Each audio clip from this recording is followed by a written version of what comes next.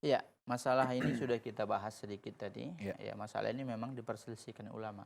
Memang sebagian ulama tidak kita pungkiri, ya, sebagian ulama dari mazhab Hanafiyah, dari mazhab Hanabila memang ada. Di antaranya adalah penulis kitab Syarah Aqidah Tahawiyah, Al-Imam Ibnu Abdissalam. Beliau menyebutkan bahwasanya ya apabila ada orang ya membaca Al-Qur'an kemudian dia niatkan pahalanya untuk orang tuanya yang sudah meninggal, maka ini sampai. Sampai. Ya, dengan dan ini pendapat ada juga pendapat sebagian ya sebagian mazhab Hanabilah. Baik. Adapun Imam Malik sendiri beliau mengatakan tidak sampai. Dan ada sebagian ulama Malikiyah ya mengatakan pahalanya sampai. Sampai.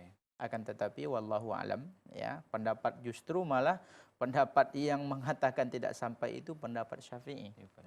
Ya, maka ini mungkin sebuah koreksi bagi kita ya yang mengaku-ngaku mazhab Syafi'i, tapi dalam hal ini kita menyelisih mazhab beliau ya. Sebagaimana yang kita sebutkan tadi, Imam Nawawi mengatakan dalam Al-Minhaj ketika beliau dan beliau tentunya Imam Nawawi adalah seorang ulama yang sangat kokoh dalam mazhab Syafi'i. Dan juga dari keterangan Imam Ibnu Katsir tadi dalam tafsirnya beliau mengatakan hal demikian. Jadi ya wallahu alam ya ini apakah bacaan Al-Qur'an ini sampai ya atau tidak, ini memang masalah diperselisihkan oleh para ulama dan sudah kita sebutkan ulama yang membolehkan, ulama yang mengatakan dia tersebut tidak sampai. Yang mengatakan sampai adalah mazhab Hanafiyah dan sebagian Hanabila dan sebagian Malikiyah. Imam Malik sendiri mengatakan tidak sampai dan Syafi'i mengatakan dan pengikut-pengikutnya, sebagian pengikutnya ada juga yang mengatakan sampai, itu tidak sampai. Akan tetapi, ya tentunya ini masalah ijtihad, masalah khilaf dan dalil sudah kita sebutkan tadi, ayat tadi.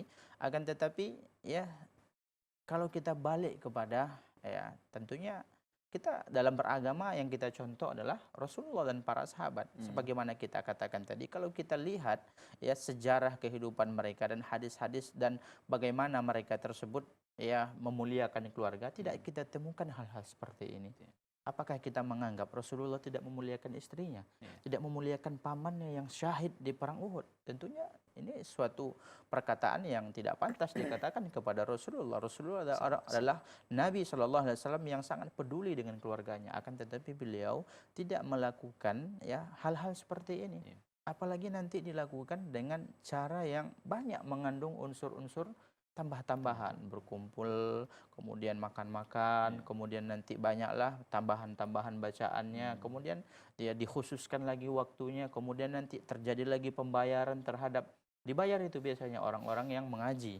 Ya, wallahu a'lam. Jadi, ya sebaiknya hal ini kita tinggalkan karena memang tidak ada dicontohkan oleh Rasulullah sallallahu alaihi wasallam. Wallahu a'lam. Baik, ada pertanyaan